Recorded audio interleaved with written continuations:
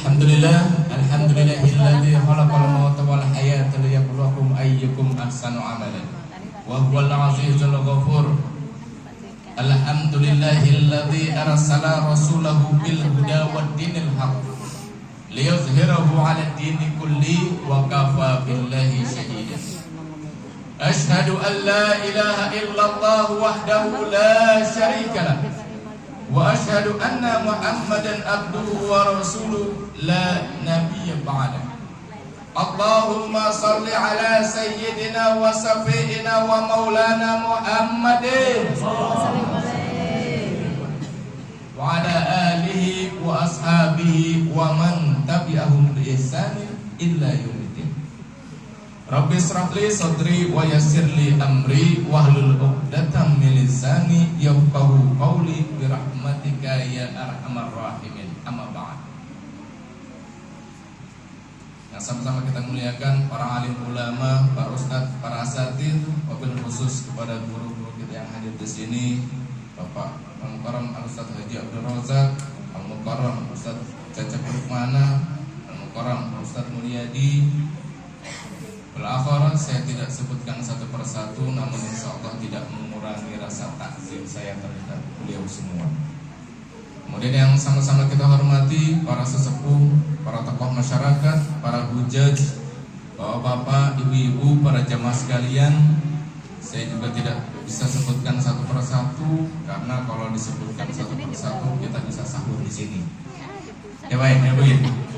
Nah, yuk sama-sama kita berdoa. Ya Allah, mudah-mudahan pada awal Ramadan ini yang datang malam ini Allah Ta'ala panjangkan umurnya, amin.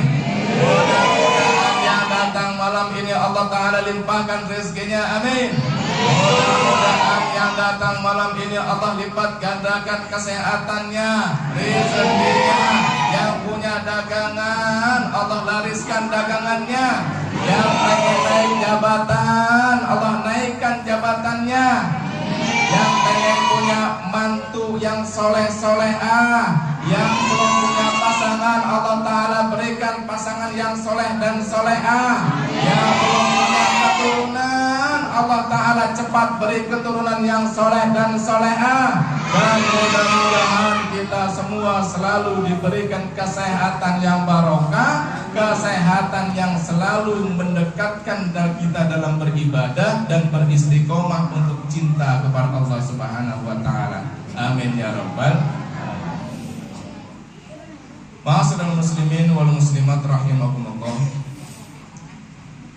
Kita bersyukur karena sampai saat ini Allah Ta'ala berikan kita kesempatan, berikan kita kesehatan, berikan kita waktu untuk mengumpulkan pahala-pahala bertemu kembali di Ramadan tahun 2024. Alhamdulillah.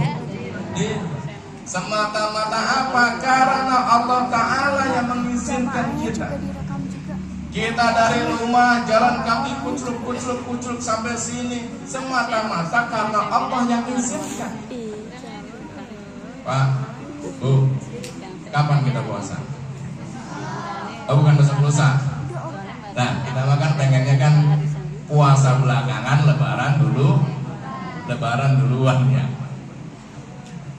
Isbat jadi alasan. Enggak apa-apa. Mereka yang di atas juga banyak orang-orang yang pintar. Insya Allah kita sami'na wa ata'na. Ya Pak ya, ya Bu ya. Barusan guru kita menyampaikan usianya sudah 63 tahun. Ada yang udah lebih. Ada yang lebih dari 63 tahun. Yang lebih namanya dikasih bonus. Ada yang belum nyampe. Banyak ya. Banyak yang belum nyampe.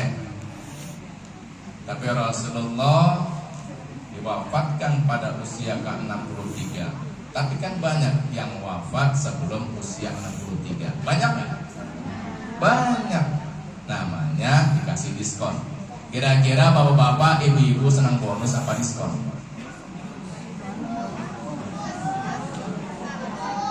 Pengen bonus atau diskon? Enggak ada satupun yang bisa menjamin bahwa kita bisa merasakan Ramadan tahun depan. Jangankan tahun depan, besok yang tinggal harinya belum ada yang bisa menjamin bahwa kita sudah tidur bisa bangun lagi atau tidak.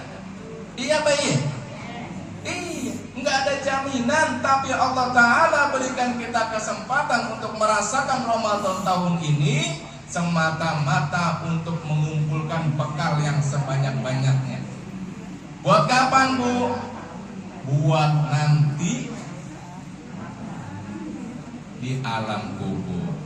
Di alam kubur itu gelap tempatnya. Maka alam kubur itu bilang, yang bisa menerangi cahaya di dalam sini hanyalah sedekah, berbuat baik kepada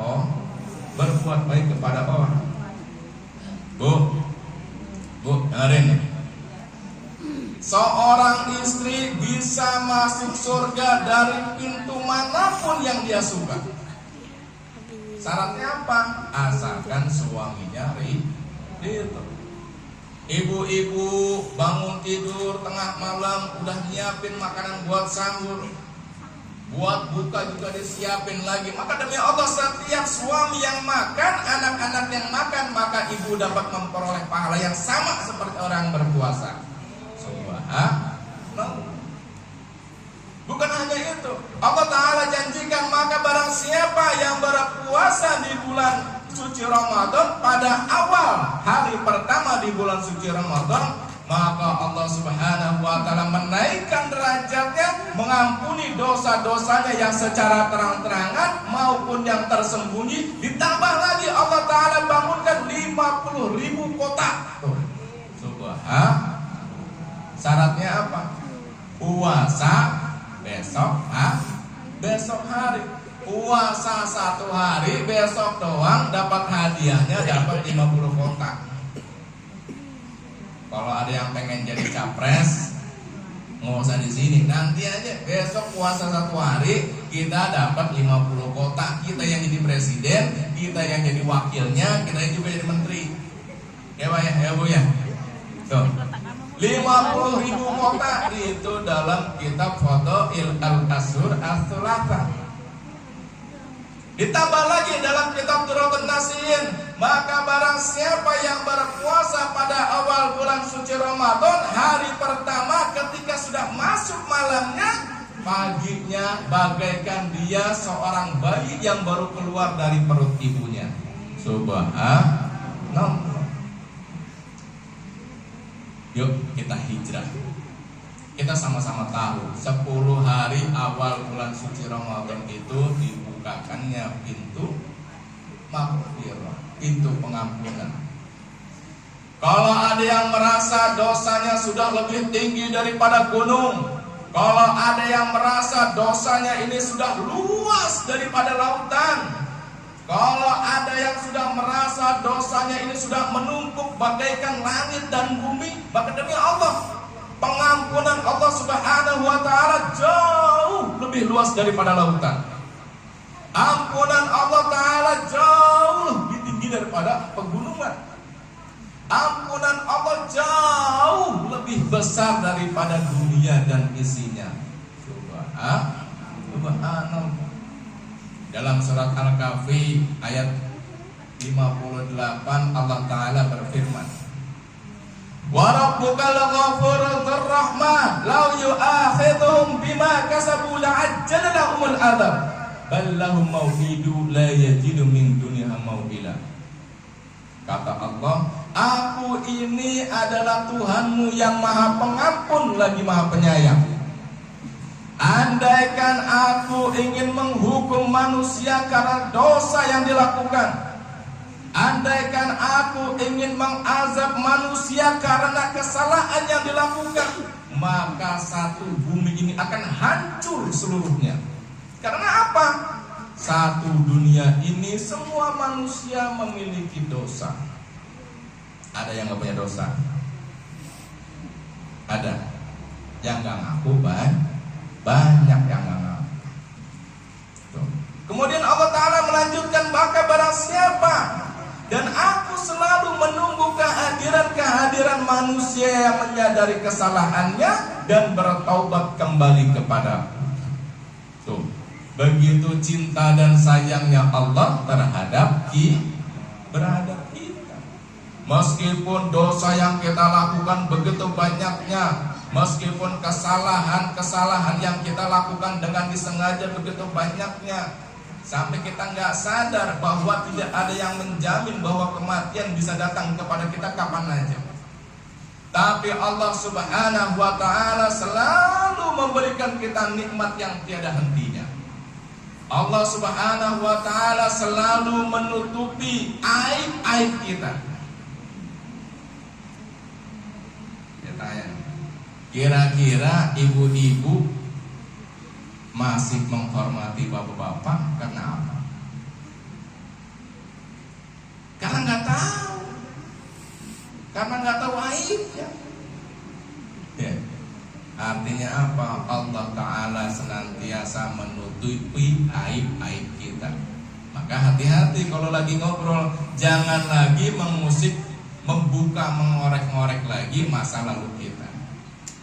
Pak, Bu, kadang kalau lagi ngobrol, saya tanyakan kepada bapak itu, ibu-ibu yang sudah di atas umur 50, paradigmanya adalah meninggal itu karena usia. Pasti yang ditanyakan itu. Si Anu meninggal, usianya berapa? Yang ditanyakan pasti begitu. Seakan-akan yang meninggal itu khusus orang tua. Padahal banyak nggak bayi meninggal? Banyak nggak anak kecil meninggal? Banyak nggak yang muda meninggal? Bahkan tingkat kematian anak-anak muda, para remaja ini jauh lebih banyak daripada orang tua. Yang suka balap-balapan siapa? Anak muda. Yang suka tawuran siapa? Anak muda. Pernah nggak dengar orang tua panti jompo sini panas sama panti jompo sama tawuran? Pernah nggak ngedengar kalau malam minggu ada aki-aki yang meninggal gara-gara balap-balapan motor? Tapi justru yang muda malah nggak mau peduli, nggak mau dengar kupingnya, seakan-akan kematian itu hanya bisa terjadi kepada orang-orang yang sudah tua. Kemudian tempat lagi ngapain? Nah, seakan-akan tuh pekerjaan sebelum meninggal tuh, kalau meninggalnya dalam melakukan kebaikan, wah, insya Allah husnul khotimah. Saya tanya nih, orang meninggal dalam masjid, baik atau buruk? Belum tentu. Kalau misalnya dia lagi mau nyolong speaker, ketahuan jatuh, baik atau buruk? Buruk. Orang meninggal di warung, di tempat yang gak benar, baik atau buruk? Ya belum tentu. Kalau meninggalnya dalam keadaan dakwah, insya Allah husnul khotimah. Tapi yang jelas ada riwayat gini, ketika Sayyidah Fatimah ini akan dibawa ke liang lahat, yang bawa itu suaminya Sayyidina Ali, kemudian anaknya Hasan Husain, kemudian satu lagi Abi Dzar. Ketika sudah sampai di liang lahat, sahabat Rasul ini bilang kepada sama si makam ini, wahai liang lahat, tahukah engkau siapa jenazah yang aku bawa? Wahai liang lahat, tahukah engkau siapa jenazah yang kami bawa? Sesungguhnya dia adalah anak dari Rasulullah. Sesungguhnya dia adalah istri dari Ali bin Abi Thalib, ibunda dari Hasan Husain. Kemudian gak lama terdengar suara dari dalam kubur, Wahai hamba Allah, sesungguhnya aku ini bukan tempat bagi mereka yang punya kedudukan. Aku ini bukan tempat orang-orang yang terhormat. Aku ini bukan tempat-tempat orang-orang yang senang memberikan sesuatu, yang memiliki nama orang-orang kaya. Bukan. Tapi aku adalah tempat di mana jiwa mempertanggungjawabkan. Alam kubur itu nyata, alam barzakh itu nyata. Yuk kita berubah. Setiap ibu menyiapkan masakan, insya Allah akan mendapatkan pahala yang sama. Amin ya rabbal alamin. Begitu juga dengan bapak-bapak.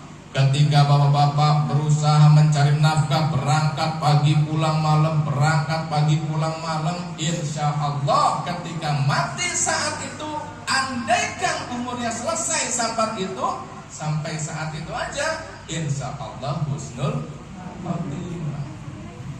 Pak ya, yuk kita berubah. Mumpung bulan suci Ramadan, dibukakannya pintu maghfirah.